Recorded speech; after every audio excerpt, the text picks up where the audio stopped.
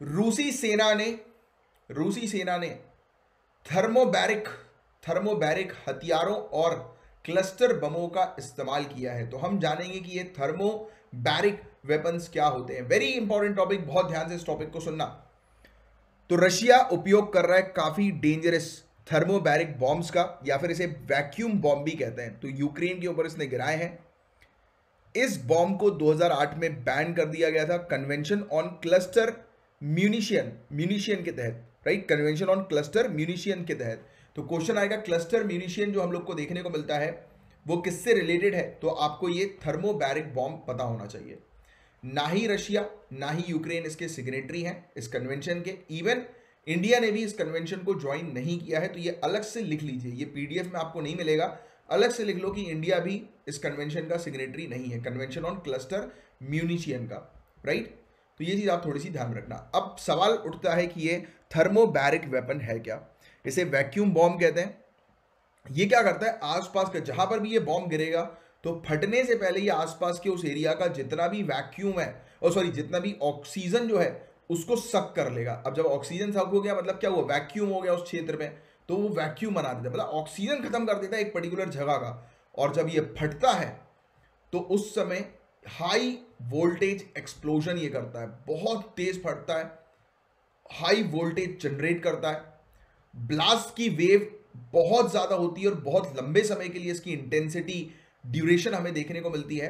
और ह्यूमंस को ये वेपराइज कर देता है। वेपराइज समझ रहे हो, वेपराइज, भाप। ये जहां फटेगा ह्यूमन को भाप कर देगा, भाप बना देगा, ह्यूमन को भाप बना देगा। हम पानी गर्म करते हैं, भाप उड़ती है ना, तो वैसा हो जाता है। ये बहुत खतरनाक वेपन है ये, राइट। याद रखना इस वेपन का नाम थर्मोबैरिक वेपन, क्योंकि ऐसी चीज एग्जाम में पूछ ली जाती है। इसका उपयोग टैंक्स को गिराने के लिए नहीं कर सकते आप, या दूसरे मिलिट्री व्हीकल्स को ब्लास्ट करने के लिए नहीं कर सकते, राइट। ये सिविलियन स्पेस को डिसमेंटल कर सकता है, जैसे कि रेसिडेंशियल एयर स्पेस यानी कि घर बार जो हम लोग को देखने को मिलता है उसको खत्म कर देगा, ये प्रॉपर्टी वगैरह को डैमेज कर देगा। ह्यूमंस को तो भाप बना देगा, राइट। तो ये चीज है। क्लस्टर बॉम्ब्स की बात करें तो क्लस्टर म्यूनिशियन ये नॉन प्रिसीशन वेपन होता है। प्रिसीशन मतलब बात समझ रहे हो, आपने एक मिसाइल छोड़ी या आपने एक गोली चलाई तो गोली आप जहां पर निशाना मारोगे वहां पर गोली लगेगी, राइट। प्रिसीशन सटीक तरीके से उस जगह पर लगेगी जहां पर आपने निशाना लगाया। ये वैसा नहीं है, इसको आप छोड़ दो, एक पूरे के पूरे एरिया को ये समाप्त कर देगा, खत्म कर देगा, एक लार्जर एरिया को ये खत्म कर देगा, राइट। तो ये इसकी चीज हमें देखने को मिलती है। एयरक्राफ्ट से ड्रॉप कर सकते हो आप, या किसी एक डिवाइसेस होती हैं उससे आप इसको जो है वो छोड़ सकते हो, लॉन्च कर सकते हो, राइट। और काफी सारे ऐसे बॉम्बलेट्स हम लोग को देखने को मिलते हैं, एक्सप्लोड ही नहीं होती है, मतलब आप इसको छोड़ दो सालों सालों तक एक जगह पर रहते हैं। यानी कि एक कंट्री के बीच में अगर लड़ाई है, युद्ध है, युद्ध खत्म भी हो गया तो भी वो कहीं ना कहीं जाकर छूट जाएंगे, गड़ जाएंगे, यानी कि गड़े रहेंगे कहीं ना कहीं। और ये बहुत खतरनाक होते हैं सिविलियंस की सिक्योरिटी और सेफ्टी के लिए, उनकी लाइफ के लिए बहुत खतरनाक होते हैं। यानी कि कोई एक एक्टिव बॉम्ब आपके क्षेत्र के आसपास पड़ा हो, सोचिए अगर एकदम से खबर मिल जाए तो लोग घर से बाहर ना निकले। अब घर से बाहर तो छोड़िए, घर ही को ही निपटा देगा तो फिर क्या। तो ऐसी चीजें बहुत हम लोग को देखने को मिलती है। और काफी सारी लोकेशंस, इवन कहा यह भी जाता है इंडिया के अंदर कि वर्ल्ड वॉर 2 के समय पर काफी सारे वेपन्स हम लोग को ऐसे देखने को मिलते हैं कि जो बहुत सारी वर्ल्ड में भी बहुत सारी जगह पर हम लोग को नजर आए। और काफी सारी कंट्रीज ने जब इंडिया को जो है वो टारगेट किया था तो काफी सारे ऐसे जो बॉम्ब्स हम लोग को देखने को मिले वो सिक्योरली जो है वो इंडिया के अंदर छोड़ दिए गए थे चुपचाप, राइट, जो कि एक्सप्लोड नहीं हुए। तो ऐसी काफी सारी न्यूज, अब देखो ये सब जो चीजें वो कंट्रोवर्सी के अंदर आती हैं, ये मेंस में मत लिख देना, नहीं तो पता लगे वो जहां ने बताया था हमने तो लिख दिया। आप सिर्फ वही चीज लिखेंगे दैट इज फैक्चुअल, फालतू चीज मत लिखना, भूत भात की कहानी ये सब चीजें मत लिखिए ना मेंस के अंदर, वो सब नहीं है, वो बात करने वाली चीज है, राइट।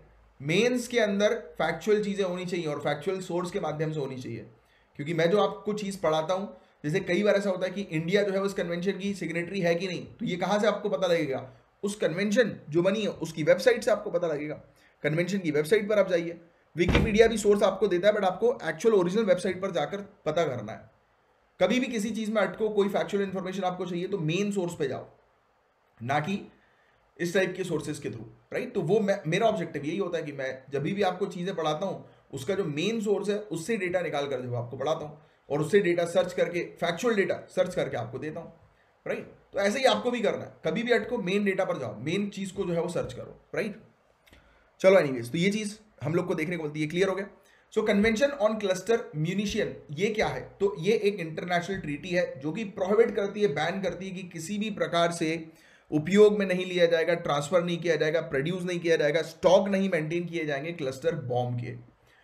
एडिशनली कन्वेंशन ने स्टैब्लिश किया एक फ्रेमवर्क कि कैसे अगर कहीं पर ये बॉम्ब गिरता है तो जो विक्टिम्स है उसको, जो पीड़ित है उनको कैसे सपोर्ट करना है, कैसे सहायता देनी है, जो कंटामिनेटेड साइट है जहां पर ये बॉम्ब गिर गया उसको कैसे क्लियर करना है, कैसे रिस्क को जो है वो रिड्यूस करना है एजुकेशन के माध्यम से, जो लोग स्टॉक मेंटेन करते हैं, जो कंट्रीज स्टॉक मेंटेन करती हैं इस प्रकार के वेपन्स की, उसको कैसे खत्म करना है। तो ये सब चीज़ों के बारे में भी ये कन्वेंशन बात करता है। और कन्वेंशन जो है वो अडॉप्ट किया गया था 2008 में ड्यूब्लिन में, ऑस्लो भी कहा जाता है, ऑस्लो में, राइट। और 110 स्टेट पार्टीज हम लोग को इसकी देखने को मिलती है कन्वेंशन की। 13 और कंट्रीज हैं मतलब इस कन्वेंशन के अंदर जिन्होंने साइन तो किया है बट इसको रेक्टिफाई नहीं किया, मतलब कि इसको लागू नहीं किया। और इंडिया जो है, India is not the signatory of this particular convention. तो ये था गाइस पूरा ओवरऑल टॉपिक। उम्मीद करता हूँ कि ये टॉपिक आपको अच्छे से समझ में आ गया होगा।